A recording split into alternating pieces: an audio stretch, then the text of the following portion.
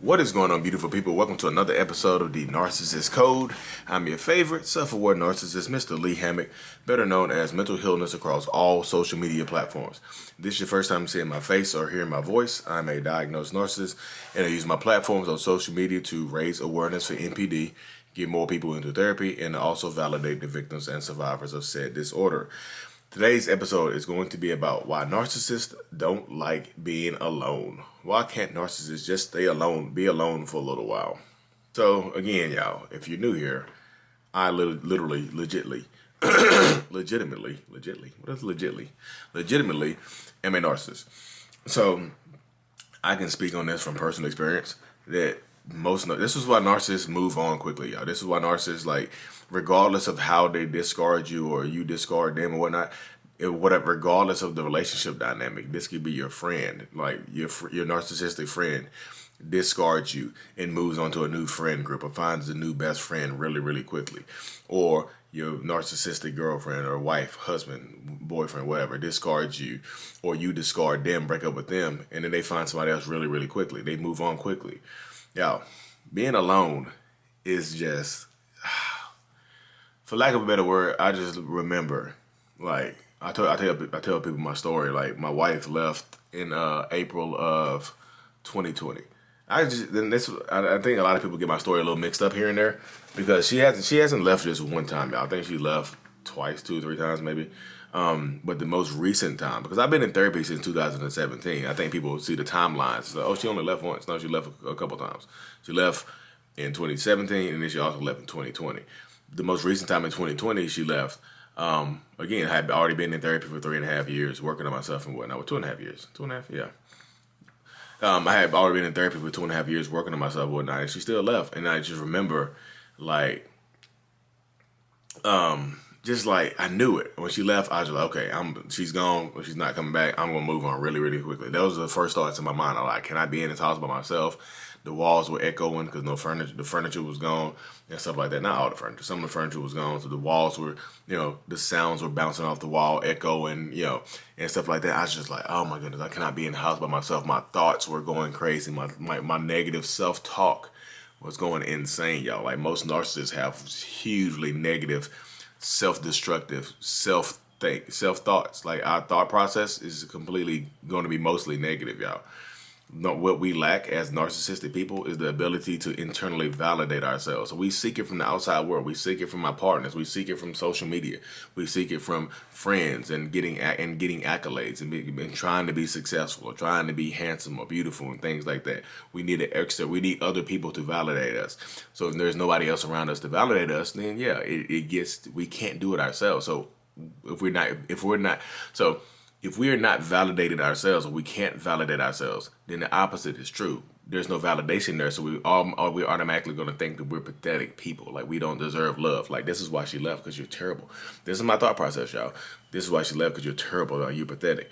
You're not getting your goals. You're not getting your dreams. You're a terrible person. You're weak. This is my mind telling me this stuff. This is my, literally, I have an inner dialogue. My inner dialogue voice is loud and clear. And I was like, I need to move on quick. I need to move on. But I told her to my therapist, and she was like, you don't like being alone. So, you have to face, if you really want to work on yourself, you really want to prove that you're working on yourself, stay by yourself a little while. Fight through that fear. And I'm telling y'all, the dark thoughts start coming in. I was just like, oh my goodness, this hurt. It's painful to be by myself, y'all. It's painful for a lot of narcissistic people to be by themselves. So that's why sometimes you'll see them jump out of a relationship with you and fully throw themselves into another relationship. Because if I can love bomb the next person, if your significant other or your ex can love bomb the next person, the chances of that new person leaving them are slim. If I can get you fully immersed into my life, hey, meet my kids really quick. Hey, meet my parents really quick. Hey, let's move in together really quick. Hey, I love you really quick. Hey, let's do all this stuff really quickly. Then I can get you. You know what I mean? Then I can, the chances of me being alone for a long period of time go down exponentially because I just love bombing a new person. Yeah, am I in love with the new person? No, I just love bombing a new person because I need somebody to be here to fight these alone thoughts. So when I was by myself after my wife left, I'm literally battling these same exact thoughts, but I just if I really want to be serious and focus on trying to be a better person, trying to be a better husband, father, whatever, I have to be alone. And y'all literally crying on the bathroom floor in there, begging and pleading, mad at myself because, my wife left. I was like, again, the thoughts I'm thinking out loud. Now I'm by myself. I'm not trying to withhold my thoughts. I'm by myself now. So I'm just in there screaming. I'm just like, y'all, it's painful. It's just like, I think this is how it is. This is how I can describe it right here, y'all. And don't, like, again, y'all, let me preface this by saying, don't feel sorry. You can empathize with a narcissist when I'm telling you this stuff, but don't let this be the point for you to stay with them or go back to them because you feel bad for them. They don't deserve you if they're treating you terribly. They do not. Let me repeat that again. They're treating you terribly. They don't deserve you. They will weaponize your empathy against you and make you feel and try to harm you with it. They'll turn your empathy into a knife and stab you with it, pretty much. So yeah, you can feel bad for them, or it's like, oh man, this sounds like a terrible way to live. Cool, I understand that, but don't just be like, this sounds like a terrible way to live. Let me sacrifice my happiness so you won't be alone. Yeah, you can treat me terribly, but at least you're not alone, right? At least I'm doing good for you, right? Clap my cheeks if you need to, or let me clap your cheeks, please clap these cheeks. You know what I mean? Or please let me clap those cheeks, or whatever the dynamic is in a relationship. They're gonna try to do it really, really quickly. You know what I mean? They're trying to suck you back in there. So back to the aloneness. What it feels like to be alone, y'all, it feels like the darkness is creeping in. Honestly, it just feels like I'm in a room full of light. Like I'm in the brightest room. When I'm in a relationship or I'm with somebody, it's like I'm in the brightest room ever. Like the room is just like fully lit. The room is like the surrounding area is fully lit. It's crazy lit. I'm just like, damn, this is the brightest room. Even though I might not care about the person as much, the room is still bright. It's not. If this person I'm in a relationship with, my wife or somebody like that, the room is bright. I care about this person, but the room is fully bright. So when that person leaves, the darkness, that person was the light in the room. You understand that, right? Like I said, the room was fully bright. Now, the way I feel about this person, the brighter the room is going to be. So the room is fully bright, but this person removed themselves from my life. Where's my light source? Because that person was providing me validation. That person was providing me a lot of validation, external validation, because I can't internally validate, remember? So the light is gone, the validation is gone. So guess what? If there's no light, what creeps in? Darkness. It's like this room getting darker and darker and darker. The further away that person gets from you, the darker the room gets. So you know what most narcissistic people would do in that situation? Go find somebody else to brighten the room. Go find another light bulb. Go find some more external validation. Go find a new supply to love bomb. So yeah, I got a new supply in that room. So the darkness is kept away. But I don't care. The feelings aren't the same for this person. Yes, I'm love bombing this person and throwing myself into this.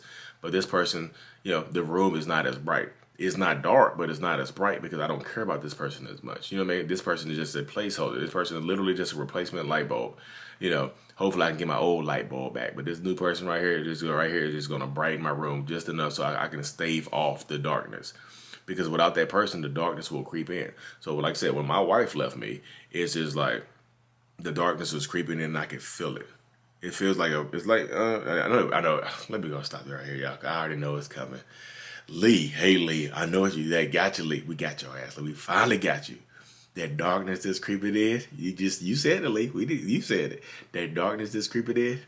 That's the Jezebel spirit coming to get your ass. You devil bastard. That's the Jezebel spirit right for you. Gotcha. You said it yourself. We didn't say that. You said it, Lee. No, it's not the Jezebel spirit. I know it's easy to compare the way I describe it. I know y'all gonna get me for that one. I know it is. I'm gonna finish my description regardless. So the darkness that's creeping in, which is not the Jezebel spirit, you can feel it, y'all. It's like a weight. It's a weight. It's not just darkness though. It's a darkness with the darkness has like a voice, and it's saying all types of negative stuff. It sends all types of self-destructive stuff. It's telling you everything that you did wrong in a relationship, which is why the person left, which is why this room is so dark. So I'm sitting in this room by myself. The darkness is creeping in. And I'm look, we're not finding nobody else. We're not replacing her. I sat in there, I'm going to work on myself. You know what happened when I work on myself? When I refused to find somebody else, you know what happened? I turned on my own light a little bit. I didn't find anybody else, but I had just enough light in that room to stave off the darkness, because I started to tell myself, like, look, you fighting off, you're not going to go with somebody else. You're fighting, you're sitting here in this darkness by yourself, being alone because you want to be a better person. And right there, to me, there was enough internal validation for me to turn on a little bit of light to stave off the darkness, to allow me to work, to allow me to, continue on my journey, to allow me to plan another therapy appointment, and allow me to get my wife and kids back, to allow me to work harder and be better, and to allow me, my light is not as bright as yours. I still can't self-validate like most people can, but I can pat myself on the back every once in a while.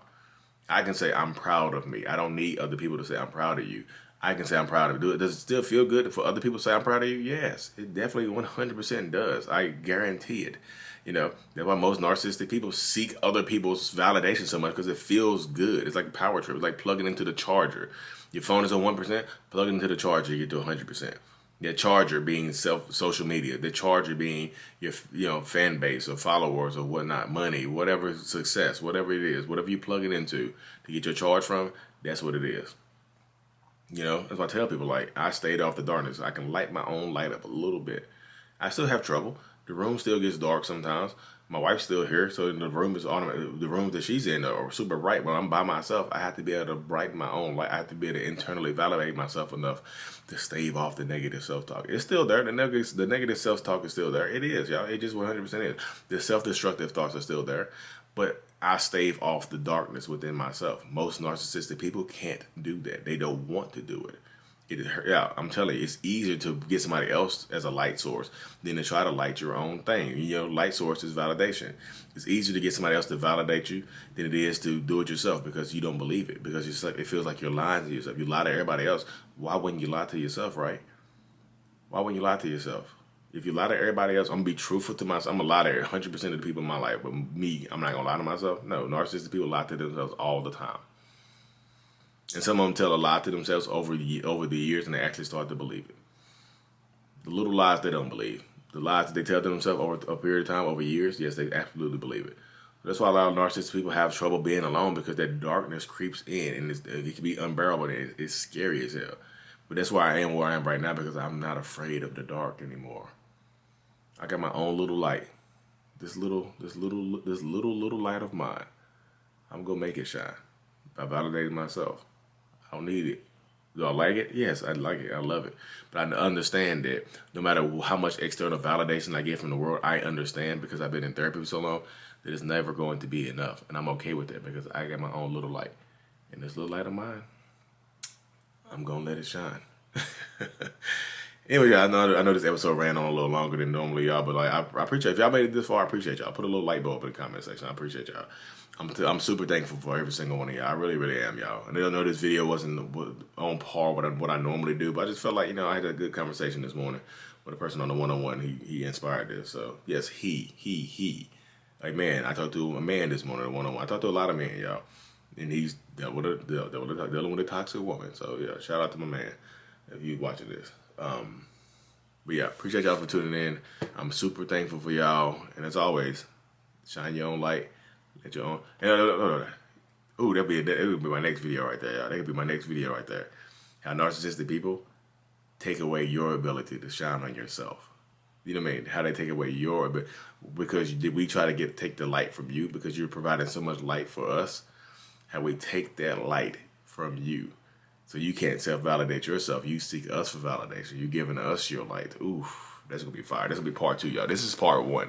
That's going to be part 2. I truly appreciate every single one of y'all. Mental Illness is out. Peace. Like and subscribe. Thank you.